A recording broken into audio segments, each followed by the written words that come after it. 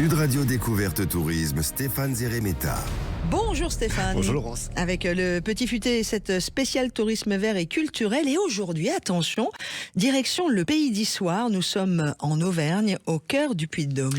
Absolument, on est dans un territoire de volcans anciens, de collines boisées, de villages perchés, de rivières, de châteaux, d'abbatiales.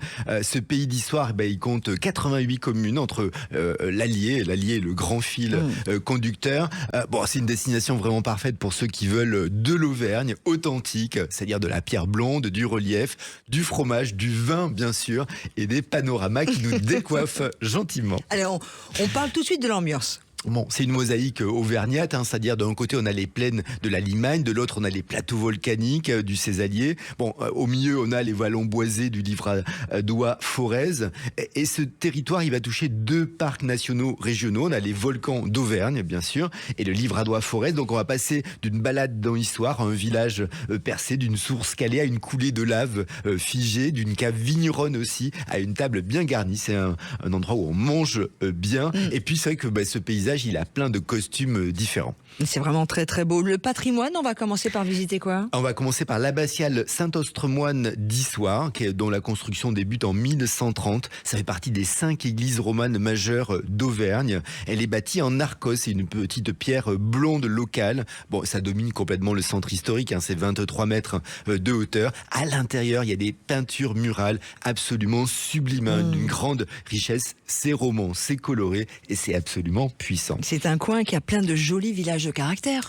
C'est vrai que ce Pays d'Issoire, c'est très bien servi. On a Montpérou, là on est perché à 400 mètres de hauteur qui aligne des ruelles charmantes, des petites maisons vigneronnes, des caves voûtées. On a plein d'artisans aussi qui sont encore là, le donjon du XIIIe siècle. À Husson, lui, c'est le souvenir de la reine Margot, qui a été exilée 19 ans dans son ancienne forteresse. Alors le château a disparu, mais la vue à 360 degrés, elle est toujours là. Et puis on peut pas être dans le Pays d'Issoire sans parler des paysages volcaniques. Ils sont partout, parce qu'on a les orgues basaltiques d'Husson par exemple, on a les grottes de Perrier, le plateau de Cézallier, la vallée des Saints à Boudes. Et c'est vrai que cette dernière, c'est un espace sensible de 27 hectares avec des formations de roches rouges assez étonnantes.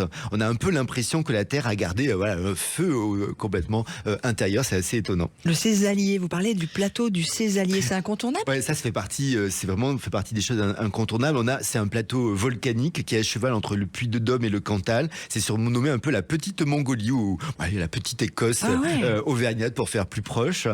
En hiver, ça se couvre de neige, mais l'été, on a les troupeaux qui montent en estive. Donc ça, c'est assez étonnant et c'est bien si on est en famille. On a aussi le signal de Luguier, là, c'est 1551 mètres avec le point, donc c'est le point culminant du territoire. Et en haut, tout est vaste. On a les prés, le silence, le ciel. Ça donne aussi un tout petit peu envie de dire, on reste, on va pas redescendre. Les randonneurs, ils doivent s'éclater là-bas.